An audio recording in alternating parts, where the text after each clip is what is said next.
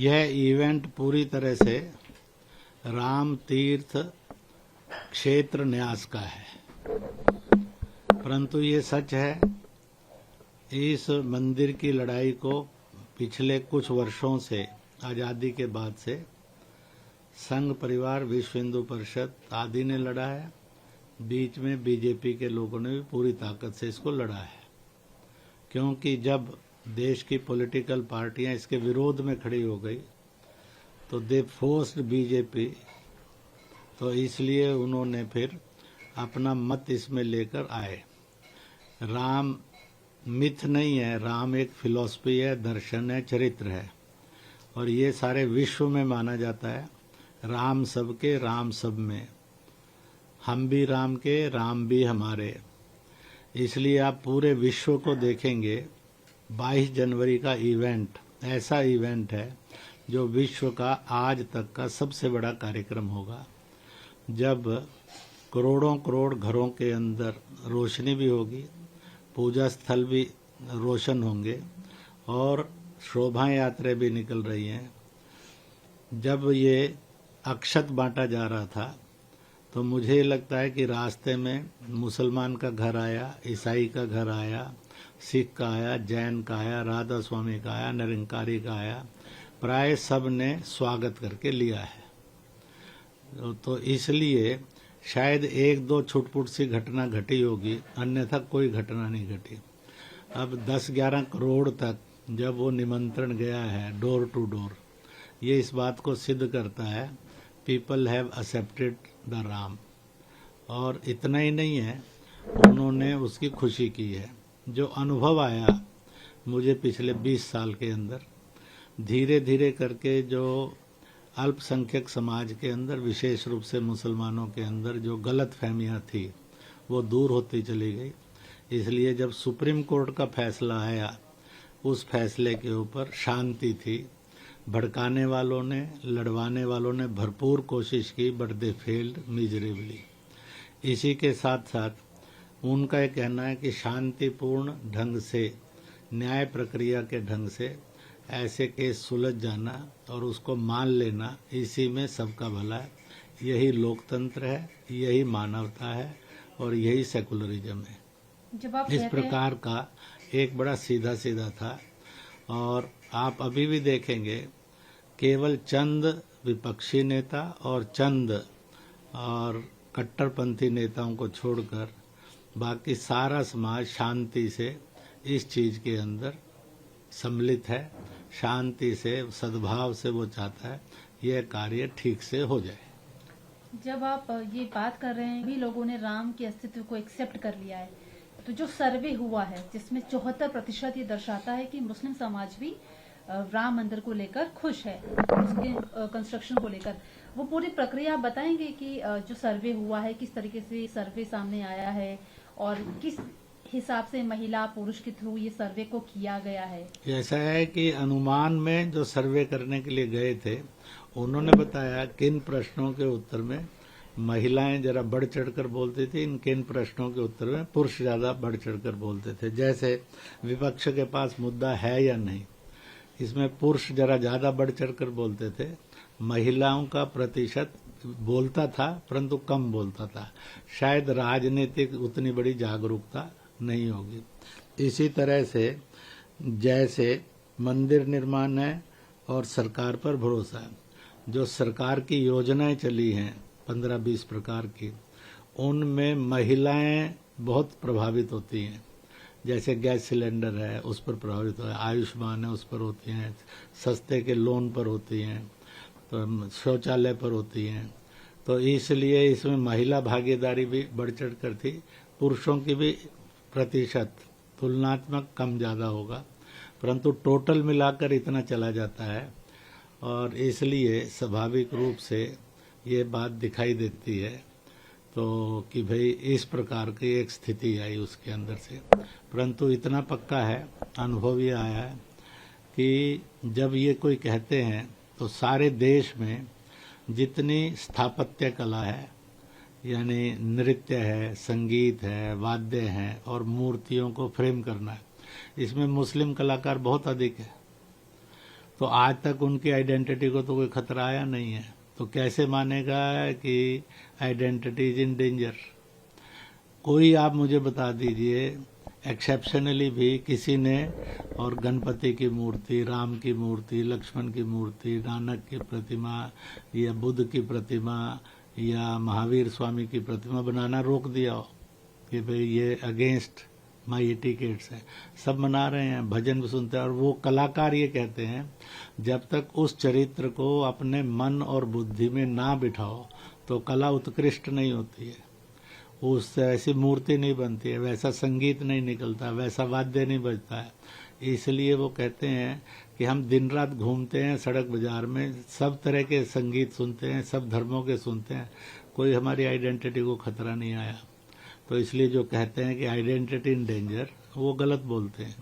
दूसरा, अब तो अटल जी की भी 6 साल की सरकार देख ली, फिर हमने मोदी की भी 9-10 साल की सरकार देख ली, तो कोई दंगे नहीं हुए, बल्कि सिक्योरिटी बढ़ी है, अच्छी हुई है हमारी, हमें सुविधाएं अधिक मिली हैं, ये भी है। परंतु तो भी नीचे तक के लोग और हमें भड़काने में लगे रहते हैं कि नहीं बस कल कत्लेआम होगा, निकाल दिए जाएंगे, मार दिए जाएंगे। तो एक भय का वातावरण पैदा करते हैं।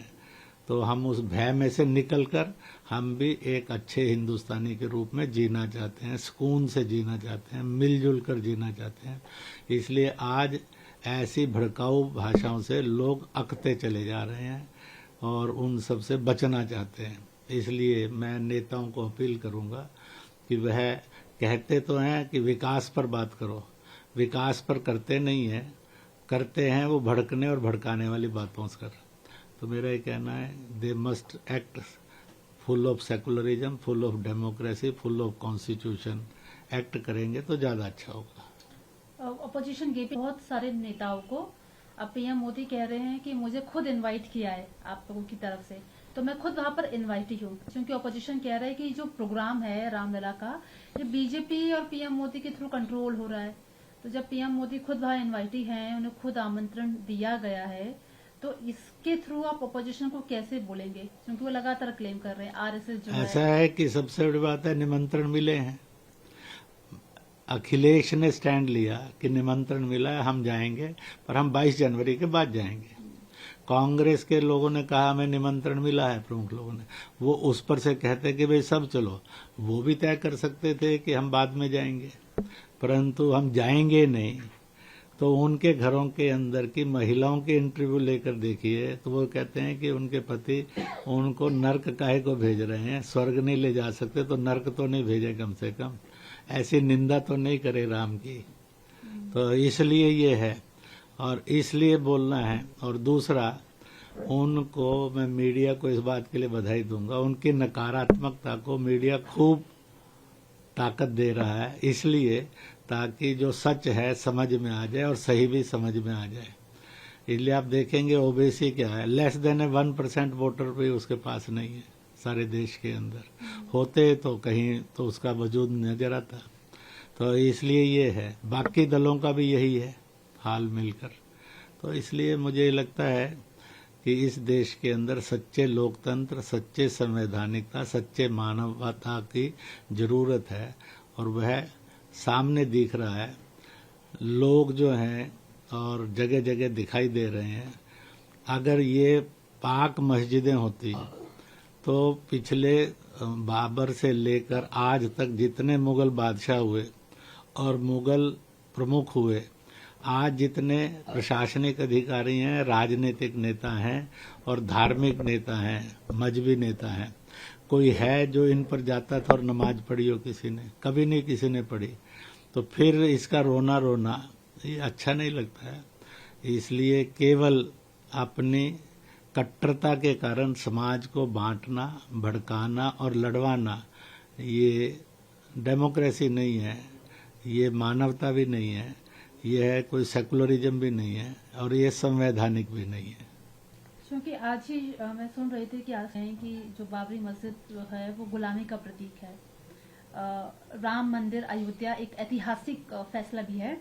अब बीजेपी के कई नेता हैं, कर्नाटक से एक सांसद है, वो कह रहे हैं कि वहां पर जो एक मस्जिद है भटकल मस्जिद, उसका भी वही हश्र होगा जो बाबरी मस्जिद का हुआ है। तो आपको लगता है कि शायद कहीं कोई नेता इस तरीके से बयानबाजी कर रहा है तो सद्भाव खत्म होने की कोशिश हो रही है? ऐसा है कि भड़काने वाले बांटने वाले नहीं चलेंगे। जो सत्य है वो सामने है। इस्लाम के अनुसार और दुनिया के हर धर्म के अनुसार ये है कि आपने जिस जगह पर भी पूजा स्थल बनाना है वो अविवादित होना चाहिए। दूसरा, वो किसी के द्वारा दान की गई जगह होनी चाहिए। या तीसरा, वो कहीं पर और नेक कमाई में से खरीदी हुई जगह होनी चाहिए। चौथा, किसी दूसरे धर्म की इबादत गाह बनी है, पूजा स्थल बना, उसको तोड़कर बनाना ये अवैध है, अधार्मिक है, अमानवीय है, पाप है। तो इसलिए ये सारे स्थान जो भी विदेशी आक्रांतों ने आकर तोड़े, इसलिए इनके ऊपर कहीं ना कहीं ये चर्चाएं चलती रहती हैं और चर्चा चलते चलते में ये सब बातें निकलती रहती हैं स्थान स्थान के ऊपर। तो भी देश बहुत समझदार है, बहुत सियाना है। उसने अयोध्या के फैसले के बाद ये मान लिया है इन चीज़ों पर लड़ना नहीं, इन सब चीज़ों से कोर्ट में जाकर न्याय लेना। और मुझे ये लगता है कि कोर्ट में सब तरह के मुकदमे जगह जगह से जा रहे हैं। कोर्ट फैसला करेंगे, कोई फैसला साल में आएगा, कोई 5-10 साल में आएगा। पर हमारा कहना है कि सत्य और सही सामने है, उसके जितनी तरह से प्रमाण जांचे जाने चाहिए, जांच लेने चाहिए और फिर जो न्याय प्रक्रिया कहेगी उसका स्वागत करना चाहिए। यही संवैधानिकता है, यही मानवता है।